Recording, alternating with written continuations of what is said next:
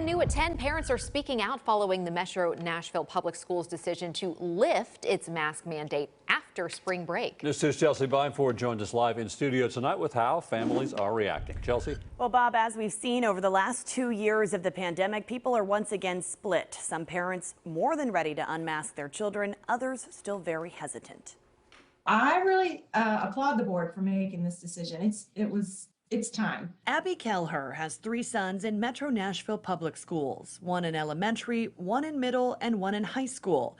Each have been impacted differently by the district's COVID-19 guidelines, but after spring break, none of them will be required to wear a mask inside their classrooms. Personally, my children are thrilled about it. On Tuesday night, the Metro Nashville Public School Board voted 7-1 to end the mask mandate when students returned from spring break in mid-March. Board member Fran Bush only voted against the decision because she said it should be implemented sooner.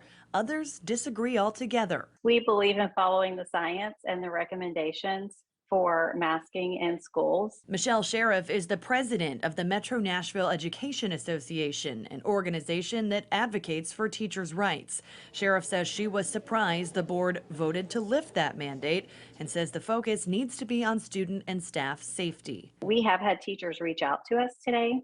I even had a teacher who messaged me and said that she put in her 30-day notice to resign today because of this vote. Parents like Keller say at this point, with vaccine availability and COVID cases trending downward in Metro Nashville, they feel comfortable letting families choose what's best for their own children. When we all return to school and some people are masked, others are not, hoping that most people can just remain respectful and of each other's decisions. You know, it's just an unknown.